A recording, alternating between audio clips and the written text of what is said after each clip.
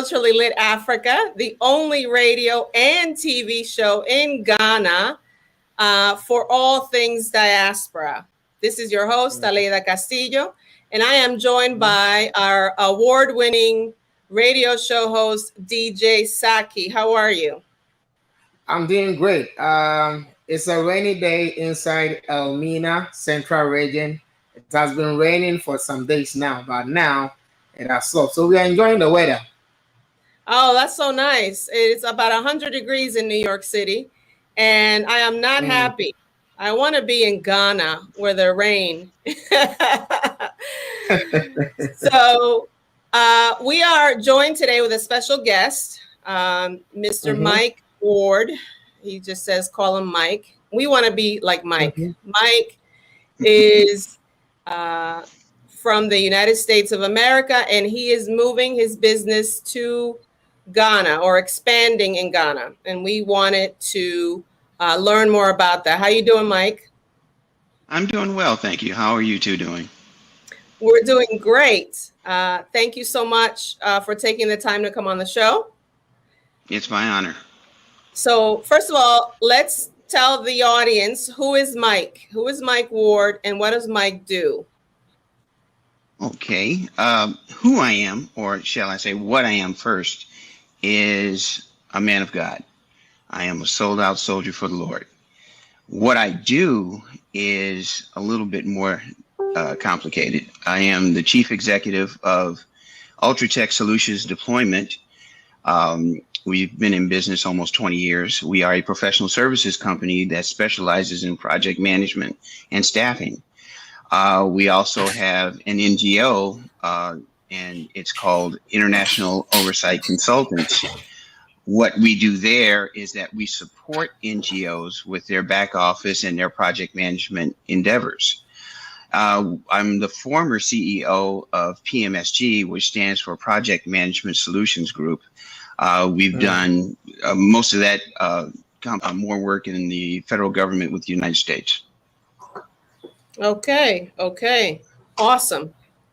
So with the project management and staffing, does that mean that you are going to help companies staff people, or what exactly will you be doing with that, with the staffing? Well, with the staffing part, we're going to be utilizing the locals in order to work on some of the projects that the companies are having.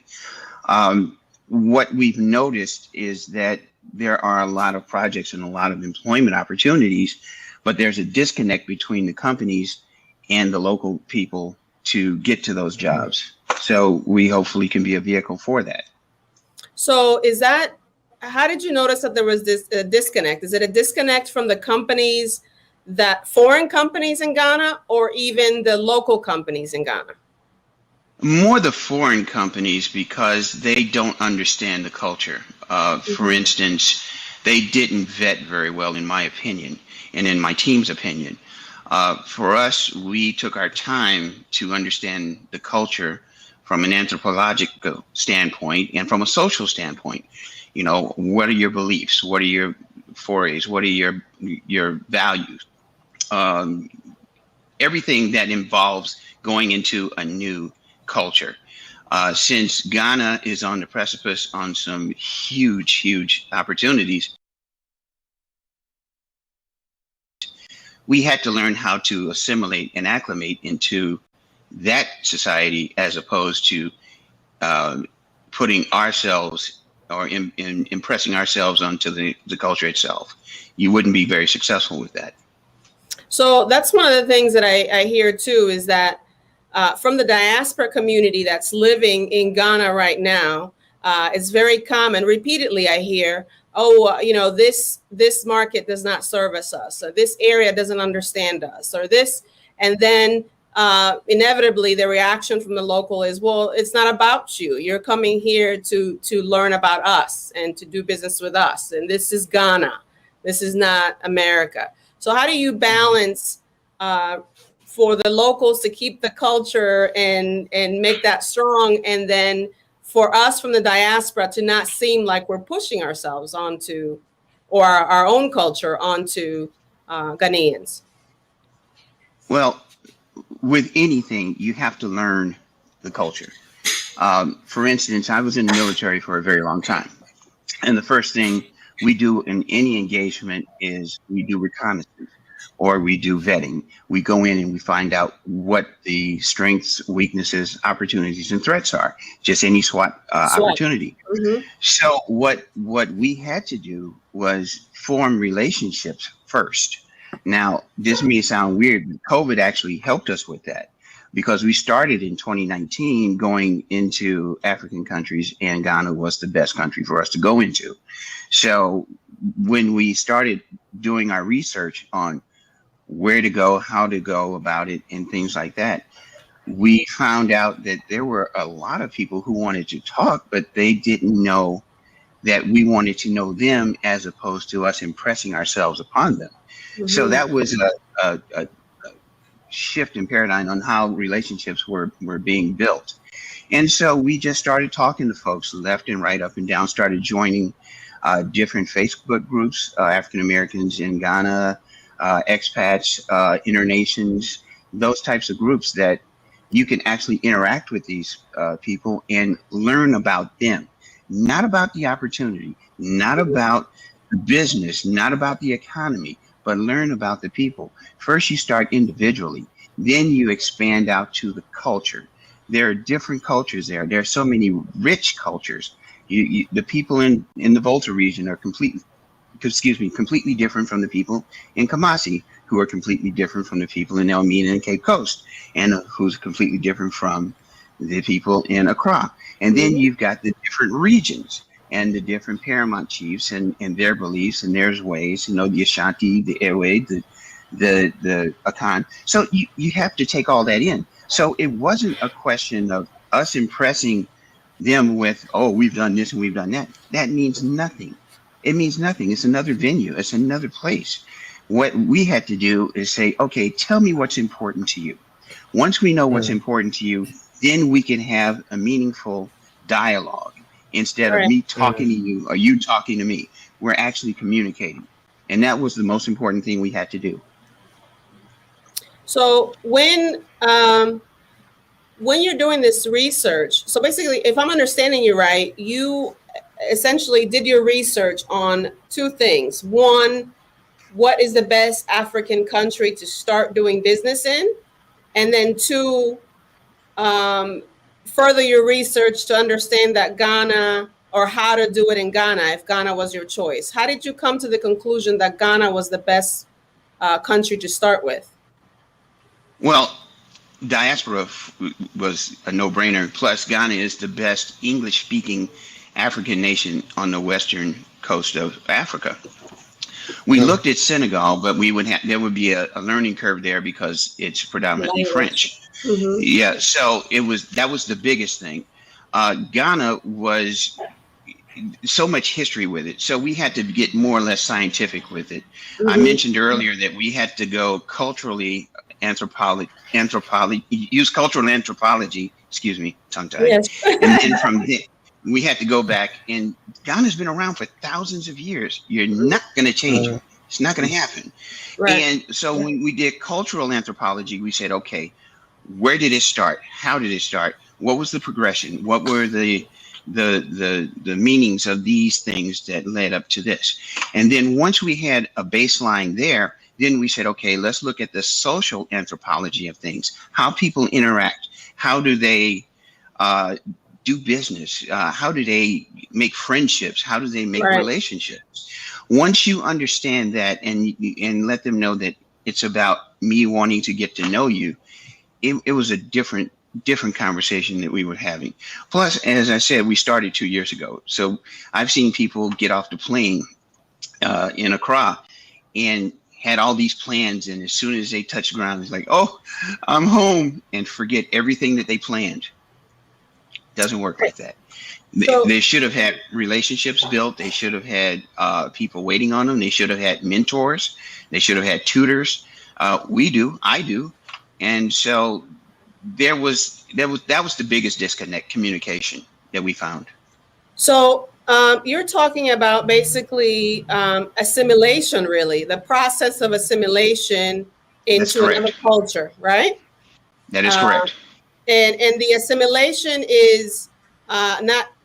So you're talking in order for the business to be successful in doing their business in Ghana, they have to learn more how to assimilate socially and culturally, is what you're basically saying before That's you exactly even what I'm offer saying. the business, right? Business was the absolute last bullet point on our agenda. We had to know the people. I mean, we've done business in Europe, we've done business in South America, but it's different. You have to understand the culture. Once you understand the culture, everything else is an open door if you know how to open that door. Now, here's my question on that, because do we even have, how do you budget for learning a culture first? How do you budget for that? Spend a lot of time in a library, first of all. Well, there are two things that we had to do that was completely different than any other engagement that we've done. We had to be purposeful ignorant. In other words, we had to wipe away all the lies and all the misconceptions that we've been told here in the United States about not only Africa, but especially Ghana. And once we did that, we had a clean slate. Once we had a clean slate, then we could ask more meaningful questions. So to budget for that is, excuse me, very difficult. You can't. You just say, okay, I'm gonna put X number of dollars away to go and do this, but you have to be light on your feet. You have to be quick on your feet in order to understand what your goal is and what you're trying to achieve. Now, there have been some dead ends that we've run into because people weren't exactly accepting of us at first, because there have been many who have come there that were only there to get what they could get and leave. They weren't investing back into the community. They weren't investing back into the people. We're not looking at things like that. You can't be in project management, manage a project, and not include the local Right. skills. It just doesn't work like that. So we know that people historically have come to Ghana in Africa in general and taken advantage of the labor, right? We're going there for the cheaper labor. And what you're talking about is, hey, we go in there, we do business, we extract whatever we can, we leave, and we don't deposit anything into education or any other services or what have you. And so that has been happening for centuries, right? So it's nothing new. I think that certainly when we go there, we can appreciate the lower cost of labor, but how then, you mentioned that you started to remove that preconceived notions that was before about Africa before you came, but how do you balance that? Because I don't think that you could erase it all completely. You have to, you can't erase the biases completely. I think it takes like 100 years of boot camp to do that, no? Well, when I went to boot camp, it seemed like 100 years, but yeah, pretty much. Again, communication is the key. You have to get in there and get your hands dirty. For instance, I'm coming to Ghana on Monday. Mm-hmm. It's my third trip in 6 months because I have to come back, and I gave my word I would be back at a certain time period. So it's not the first time that you come there that makes the impact. It's the other times that you come that people see that you are committed to what you're saying. Anybody can say anything, but it's the action behind it. So when you have, going back to your question of preconceived notions, yes, everybody has biases. Everyone does, but you have to fight that off in order to know what your goals are. Now, our 3 goals were very simple: attain business, maintain business, and sustain business. But in order to do that, you have to have relationships. Very simple. And long as we stuck to our goals and not get sidetracked by all types of dramatic events, which unfortunately happen in Ghana as well as anywhere else, it seemed to be pretty focused. Now, again, I'm a military veteran. So veterans have that discipline about them and the wherewithal to getting tasks done. So our resource management was where, okay, we're only going to spend so much money in this, so much money on that, and see what the rewards are going to be. Did it happen on the first trip this year? Absolutely not. Did it happen on my last trip? Yes, it did. Because now people saw that my team and I were coming back and we were investing ourselves instead of our monies. Now, of course, we spent money, but we were investing ourselves, our time, our personalities, our presence, our continence, everything. That's what counted. And so now in this next trip, the doors have widely opened, whereas before, I don't think we could have gotten that far without showing up the second and third time and so on. So how can you determine how many times you need to visit before you do business? I have an ebook coming out that it's called From Visiting to Doing Business in Ghana. And I understand that process for me. I mean, this is my 5th year coming into Ghana, or 6th year. And so it wasn't right away that you dive in. How do you expedite that process, that learning curve from visiting to doing business in Ghana? Well, first, you have to make your discipline of business known. For instance, mine is in professional services. There are a lot of opportunities in professional services for what we do. So that wasn't a very hard sell. The biggest thing was the disconnect from your other skills to what we do. But what we also did was we went to the different universities to talk to people who were going into the profession. Like we went to a session. I never can say that university name. Asachi University. You win. Anyway, so we went there. We went to Kwame Nkrumah. We went to the University of Ghana, and we talked to them. We wanted to know, I mean, you're taking these classes. You want this degree. What then?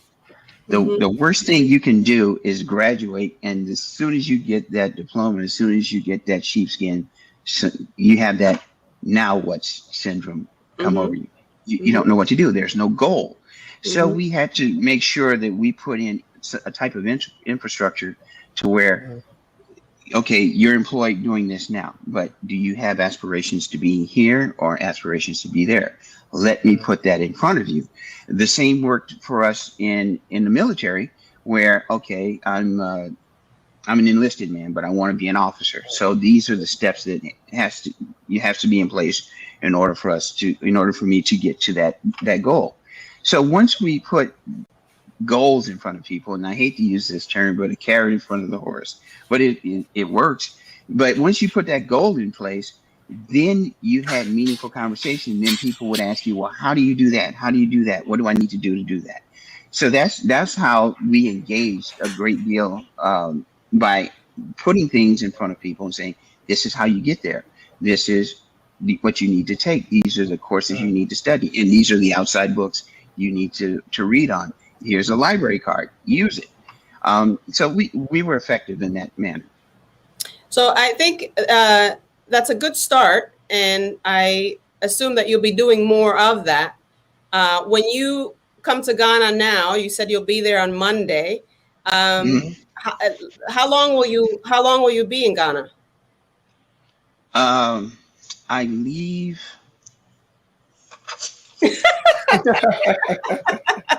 I can only keep so much in my head, man. I leave August 12th, so I'll be there August 12th. Okay, so you're going to be there from almost a month. I think it's kind of like a month. Yeah, a month. Over a month. Yes. Yeah. Over a month. Yes. Over a month. So what do you expect to accomplish during this time? Well, we've already made inroads with a couple of entities to work on some contracts. So that part was not, that we already have. But we're still trying to expand our footprint in creating relationships. Not going after business, but creating relationships. Ghana is a relationship mecca. Yes. You know, your uncle works here. Well, you know what? I need to get there. Let me talk to your uncle. Let's go, break bread, talk about it, and then go meet your uncle. So once you understand the values of anything, the values of anybody, and how that area or that culture works, it wasn't that difficult. And me, I tell a lot of jokes, so people just push me on. So it's working, and it has worked to where you just talk to them and you say, I want to try and do this. Please tell me. And I found that when you ask people to help you, or more importantly, to mentor you, Mm-hmm. they take that very seriously. Oh, I'll mentor you. I'll teach you how to create your strategy to do this. I've got so many responses, positive responses, from people saying, okay, I don't know exactly what you do, but I know someone who does. And it wasn't a question of money. It wasn't a question of I want this or that. It was a question of, what do you want to do? How do you want to do it? Okay, I know somebody who does that. Well, we know that that's always a good thing, and wanting to not only welcome the diaspora, but also welcome the business that's coming. But we know that while people are very helpful and want to give us information, that they also understand that there's an end game to that, and that is you're going to set up business, you're going to employ people, you hope to that when you build the relationships, it's eventually mutually beneficial, not only socially but also financially, right? Mm-hmm. So yes. How do you determine then who you hire for your own company to help you in this endeavor, or how do you determine how many people to hire and when? Well, I'm in project management, so which means I'm in resource management. Mm-hmm. That part isn't so difficult. What we found was more difficult was the time management and the time sensitivity of things. For instance, most Americans or most diasporans go there and say, okay, I want to do this, and this. But it is not in their rhythm. It's not during their beat. I'll mm-hmm. give you an example. You have a company in New York, mm-hmm. and you have a company in California. Mm-hmm. And they're doing the same thing. They both get the same amount of work done, even though in New York it's hustle, but in California it's laid back surfer dude. Hey man, mm-hmm. But they both get the same amount of work done. Mm-hmm. Now, my dad told me that everything works by a rhythm. Everything works by a time. So mm-hmm. once you understand that rhythm, and of course we're rhythmic people, but once you understand that rhythm, once you understand the way things flow, that's when you can be successful. I didn't plan on closing any business my second trip. And I'm really, if we weren't called in, I'm not planning to close any business now.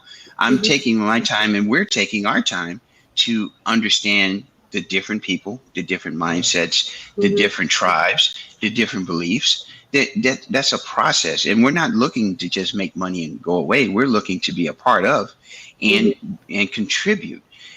That's not going to happen in 3 trips. That's not going to happen in 6 months. We've laid out an 18-month plan in order to put ourselves in position to, instead of us looking for business is looking for us. It's a different change in the paradigm, but if you do it correctly and you include others, everybody's in. Is it possible that you would invest this time and research and networking and building relationships, and at the end of, say, 12 months of flying back and forth from the US to Ghana, that you learn that it's not good to do business there?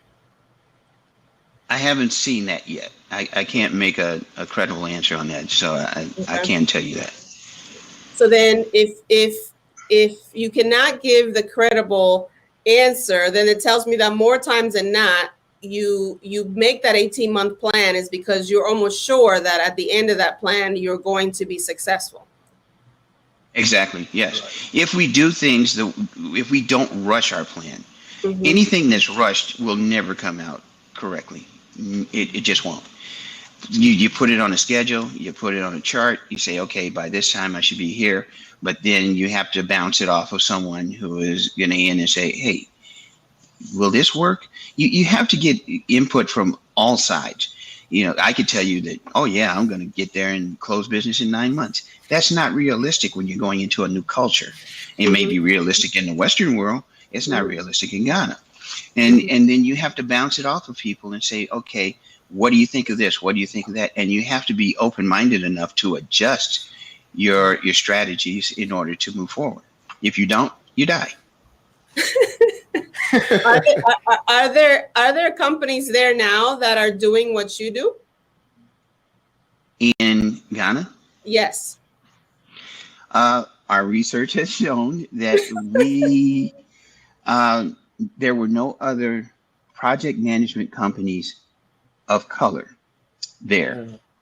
Now there are project managers, a lot of project managers, but no project management companies specifically. So our SWOT was like, okay, now what? Because we had no real, I won't say competition, but we had nothing to measure our SWOT against. So we were just saying, okay, so since we're the only ones, as far as we know, then let's go create relationships. Those who know project management or those who know program management will understand what you're talking about, and they'll come to you, and as soon as you come to them. It's one of those professions where you say a couple of words and people will, understand what you're talking about. What you're talking about. Good lunch, man. It was great, but I wish I was in Ghana. But you can't rush the process. When you rush the process, you will miss something. You have to have a clearly defined goal and a clearly defined modus operandi in order to go forward. So, go ahead. Can I ask a question? I want to know if you are willing to collaborate or partner with some of the local companies over here. Of course, I'm in project management. You have to take resources from different places in order to address that. So I don't mean that in a humorous way, but yes, we have to. You can't just bring in people from outside. It's cost prohibitive. You have to use the thing that we found was, most lacking, if you want to call it that, is the level of experience in my field. You may be well educated, but you don't have any time in the game. For instance, it's the difference between theory and true application. Theory says, okay, write it up on the board, tell me how that's going to work. You write it up and say, okay, now go out there and make it work. Not a lot of people can do that because they don't have that, because now you have to factor in things like other people, other departments, stakeholders, other people. So yes, we have to hire from Ghana specifically and exclusively in order to be successful, or else we won't be very successful at all. If you're just tuning in, you are listening to Culturally Lit Africa. This is the only radio and TV show in Ghana for all things diaspora. And this is Aleida Castillo, your host, and I'm joined by my guy on the left or right. I can't tell how you're seeing it on TV. DJ Saki, and then Mr. Ward, yes. CEO Ultratech, and then you have an NGO also. Yes, IOC, yes. Yes. So we're talking about you doing business in Ghana, and you're in the project management, and you just mentioned about people having the experience of study, but not the experience of application. And we all know that when there's a lot that you learn by doing that you don't expect to happen in theory, right? So that's correct. So, and then you also mentioned that there are companies that are in the project management business that are not owned by people of color. It's safe to say that it's European whites or Asian companies, or what did you learn in that? They don't look like us. That's it. They don't look like us. I'm gonna leave it at that. Woo! Okay. You know, I was specifically looking for somebody with a haircut like mine. Didn't happen. So okay, so now you're looking for bald people. Is that it? Hey, if you can do the job, sure. Yes. So no, I am looking to build up my people. I'm looking to build up the profession, but also build up the resources. You just can't come into a place where you have educated resources right there. You have to give them the opportunity to work. For instance, I've been in project management over 35 years. I know I don't look Wow. like it. Definitely don't act like it. That's another story. Yeah. But and I've seen a lot of things. I think my personal portfolio is somewhere in the $20 billion range, but that's not to brag on it. That's to say I've had to have time in the game. But I've also had very good mentors, very good teachers, and I still have mentors in the stage of my career. So, but what is lacking that we saw is not enough experienced people in the profession willing to turn around, give back, and show others how it's done. You could draw it up on the board all you want, but show me how it works. Not everybody does that. Nor is there the opportunity to do it. Well, we're trying to make the opportunity for that to happen. So one of the reasons why I started Culturally Lit, and the Culturally Lit series is, well, it's a play on words, right? But it's culture and literature, right? But being literate in culture, because there's culture in every corner. There's the block has a culture, your neighborhood has a culture, your city has a culture, your company has a culture, right? Your family has a culture. Then there's your historical culture, where you were born, your ancestry, and there's all these things that oftentimes politically the disconnect continues, right? And it seems that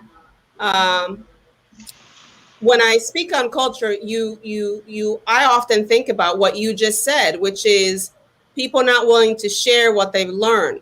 Why do you think that is? Do you think it's because is it the culture? The thought is that if I share what I learned, then I will knock myself out of the game if I teach someone what I know? I'm going to try and give a diplomatic answer on that. Selfishness is probably the most diplomatic answer I could say. Because, okay, like I'll put it another way. If you get blessed with something and you hold on to that blessing and you don't give it to someone else, your blessings stop. Trust me, I've been there. But if you get a blessing, you get what that blessing means, and you pass that blessing along, blessings will always come back Come to you.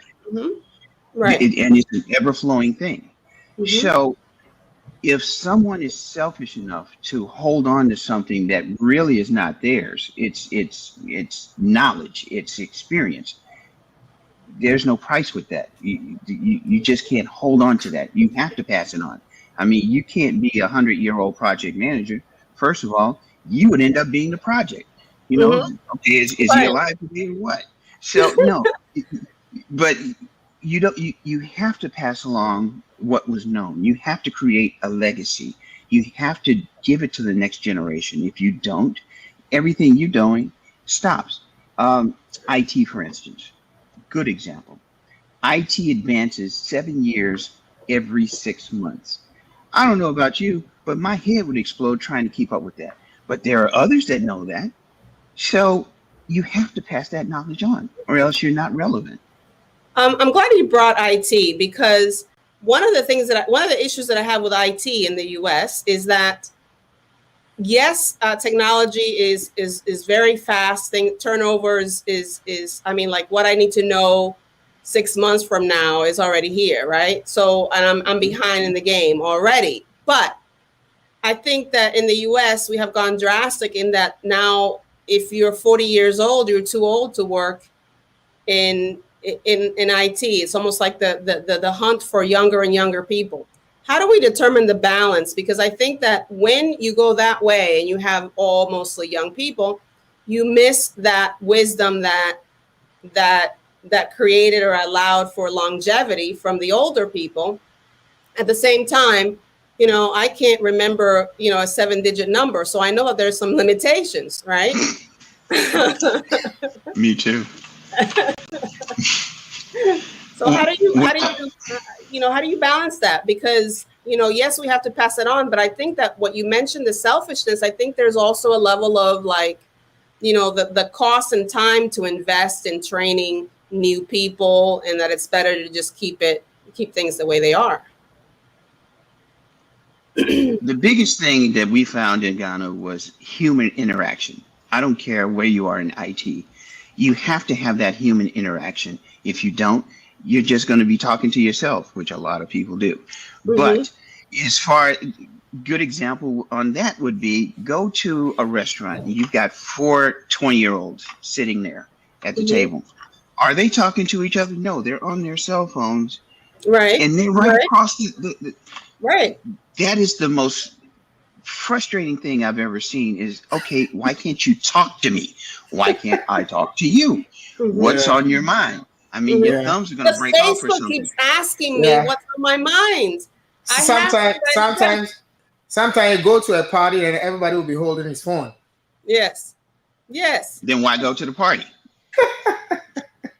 Because I want to know what's on everybody else's mind. Yeah, well, human interaction is becoming a lost art nowadays because the art of conversation, the skill of conversation is going bye-bye. The only profession that I can think of that requires communication, two, is entertainment and comedians. Everybody else can just shut up. That doesn't work. COVID has shown us that we've been locked up for 18 months and people are going crazy because they don't have that interaction. I mean, churches, good example. The church I go to, I got to get me a hug. I got a fellowship. I have to get around people. But once you go to online service, you get the message, but you don't get the fellowship. And to me, the fellowship is much more important. And you can't, in the message that you get, it could be a good message, but how can you go out and apply it when you're not hanging out with anybody or you're not dealing with anybody else but yourself? Now, again, COVID prevented that. But now that we're coming out of it, we can now interact with people. But now it's a hiccup. It's a misstep. Okay, so how do I do this? How do you in the field? So let's say you have a storefront, right? And it's Ultratech, the project management people. And I come in and I just moved from New York to Ghana and I want to work with you. And I say, hey, I would like to work with you. And you say, what do you bring to the table? What are your qualifications? I bring my time, my experience in business development, and my ability to do business to business sales. Can you hire me? Okay. No. Because the one thing I wouldn't hire you. Because the one thing you didn't tell me is that I know the people that I want to sell to. So no, I'm not going to hire you. You have to know that you have to know your client base. You have to know who you're going after. Just because you have a PhD doesn't mean anything if you can't apply it to the local economy or the local client base. It means nothing. It doesn't. Well, the PhD that I have is the poor, hungry, and driven. So right after my name. So that is how I know how to relate to the local people. I've been there for 5 years, going and staying there for extended amount of time. And I know where we connect and where, how we're more alike than we are different. Does that help? That's a different conversation, but yes, it does. Then I would say, okay, sell me. Okay. If you can't sell me or my business, then you can't sell my business to anyone else. But I just walked in. You're not even going to give me a chance, like, to train me or something on your business? You're going to want me to sell you on? Well, you asking me two different things. First, you did not put out there that I've been there 5 years. Then I had to grill you to find that out. And then I had to say, okay, sell me. Well, if you had some technique that I knew because I'm in Ghana or I'm in that culture, and you know that culture, and you're in that culture, if you knew the right hot buttons to push, sure. Okay, this is how we do things. But so then you're saying, you're basically then telling me that I have to, before I walk in your door, I want to do the research on your company and what you're looking for, and then understand if I'm able to deliver that. Yep. Right? So pure and simple, yes. What if I don't get, by looking at your services, I still don't know exactly what you're looking for? Do I come in and say, hey, I'd like to interview you to find out what you're looking for? Or do I say, hey, are you hiring? Can you give me a job description or a listing? Or maybe you are Well, the training job me. description will be the job description will be there. But one thing that was not mentioned in this interaction was internships. We could do internships because doctors have interns, engineers have interns. I know, I'm an engineer. So you have to be interned before you could be on the front line. Now, something like that. But if you were, I don't know, construction worker. Well, that's a no-brainer. Okay, there's a lot of construction going on around here, and I'm in the construction business, or I'm running a project that's dealing with construction. I'll put you in front of somebody. Now, one thing that I also didn't mention is that I can refer you to someone in order for you to get yourself up to speed to what we're doing, if that's what you want to go. Remember, earlier in the conversation, I said if you give someone a goal and the ways to get to that goal, then you're helping them. If you're saying, if this person wants to jump from 0 to 100, no, right? You got to put time in. You got to put time in the game. So you could do internships, or and the relationships that I mentioned earlier. If you have those relationships built, you can say, I can't use you, but I can put in a good word for you down the street, because you know what? In order for me to be here, someone put a good word in for me.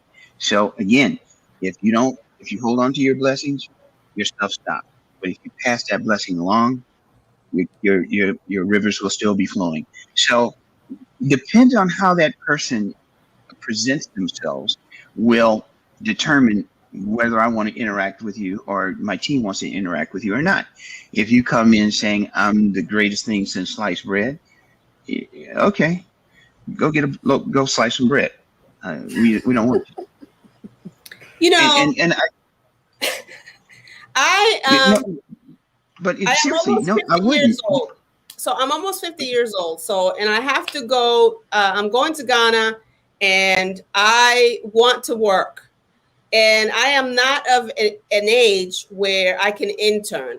I have to pay bills and I have to eat. And Ghana is a daily cash economy.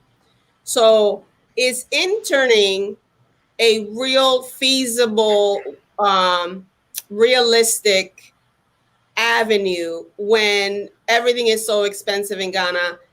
To say, and I say expensive, I mean that, you know, we don't have that ability to just, you know, invest the time unless you're retired and wealthy already and you want to spend some time learning something new.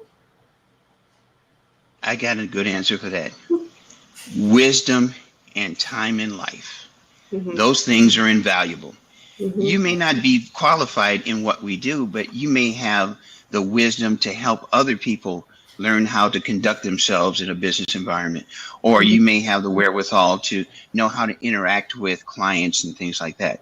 Just because you're 50, it doesn't mean anything, except to me, it means that you're at the advisory age to where you could talk to people and know how to talk to people. You know, my mother used to say there's no such thing as an old fool. If you're old, you're no fool. So the same is true.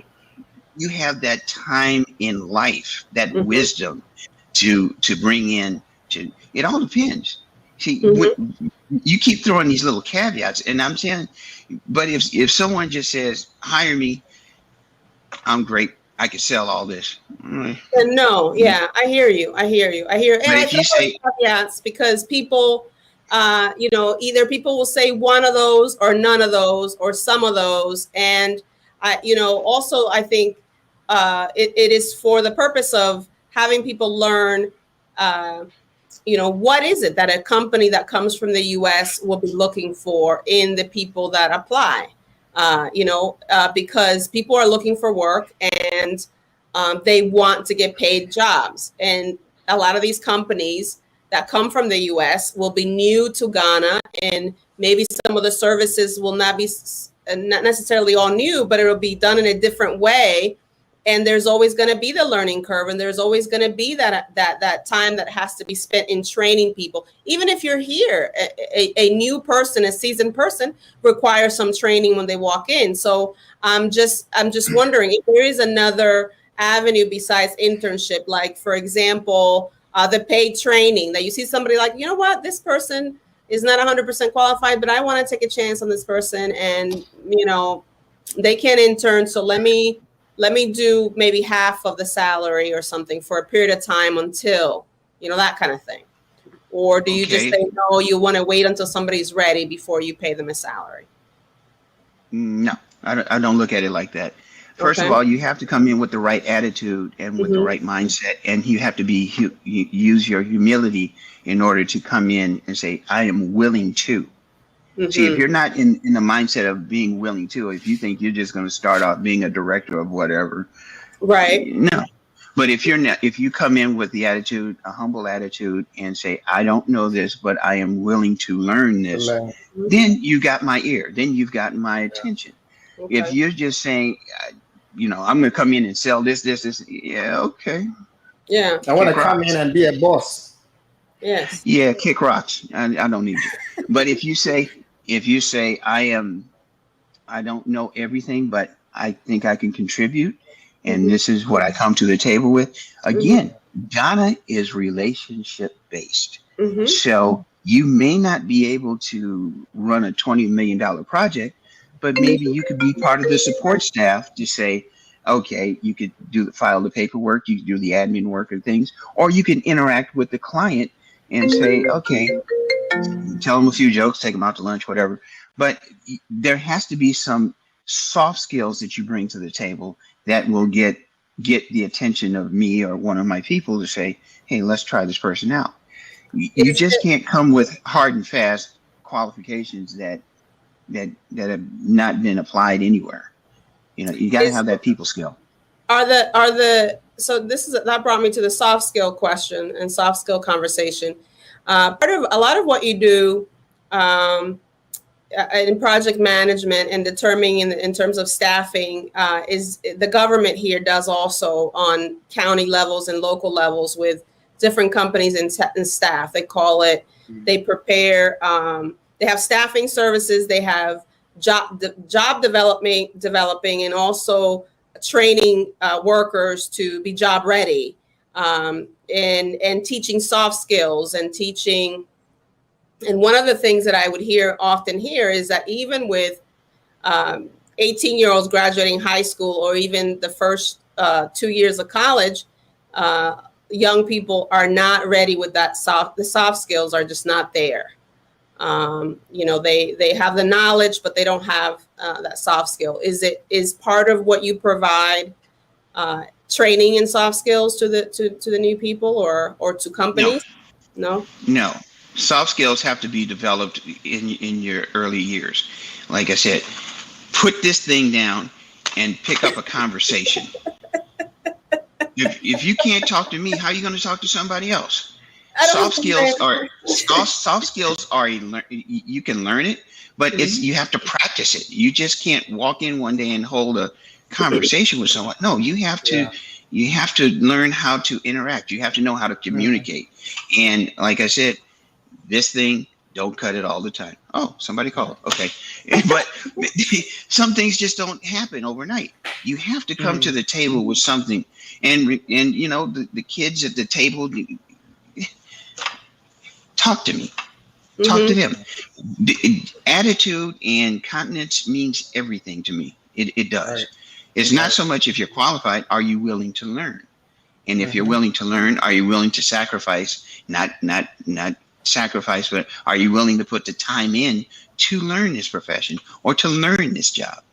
Attitude is everything. Can I ask you this question? Ghana is a country that we believe in qualification and certificate. So how are you going to do this over here? Because we actually don't believe that this person can learn and make an impact, but we believe in certificates, and qualification. That is our problem over here. A big one. The most knowledgeable people I've ever worked with or trained under or was taught didn't have certificates. They had experience. They knew how to apply that experience. A certificate is just that, a piece of paper. But the attitude and the willingness to learn, that's paramount to me. It just is. Okay. If you can't deal with me, how are you going to deal with my client? I think Because you're representing me. DJ Saki is correct. I think to Ghana is to it a greater level than Yes. going to New York City and saying you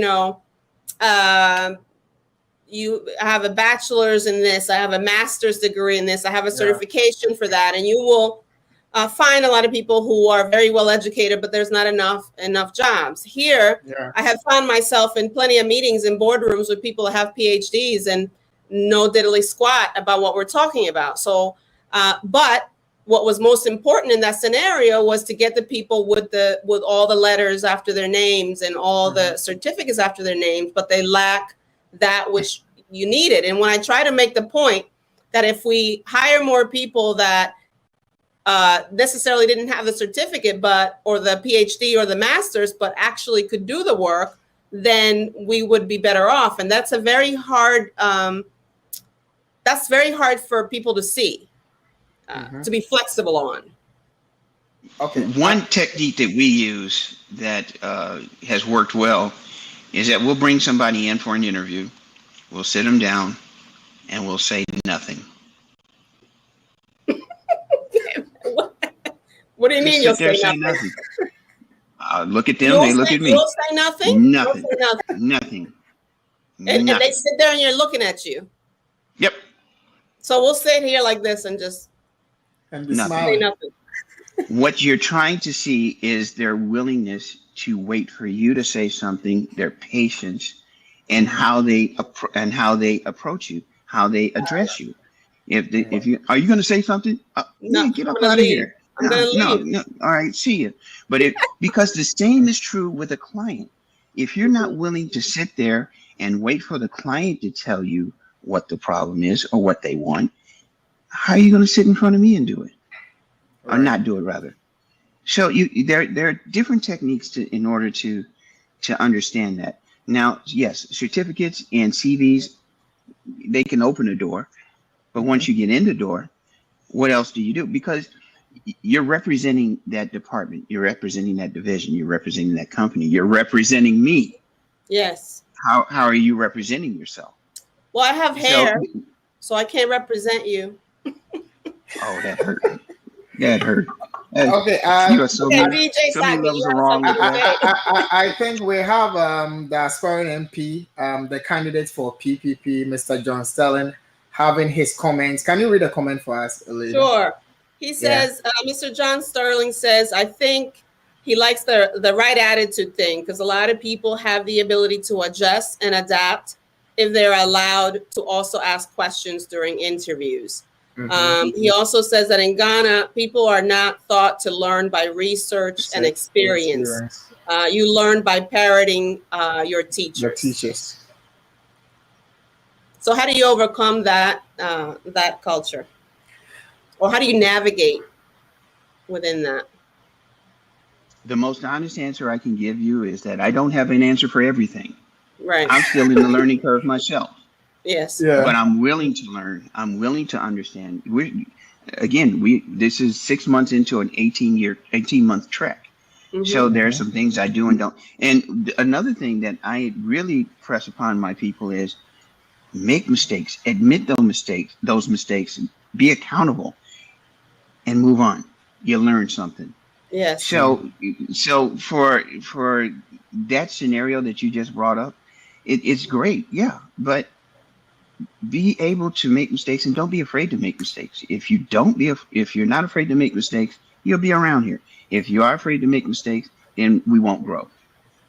I want to thank you for coming to the show. I know, DJ Saki, you have something to say. I have one more question. This is a different topic. You are coming to Ghana on Monday, and you're going to spend a month, and maybe with some few days. 37 days. 37 days. Like that, yeah. PANAFest is just around the corner. Are you participating in 2020 PANAFest? Are you participating in PANAFest? I heard him. Yes, I'm going to make him participate in PANAFest. Okay, so she answered your question. But yes, I definitely plan on participating. As a matter of fact, I purposely made my trip to be a part of Panifest. So yes, Okay. I will be here for that.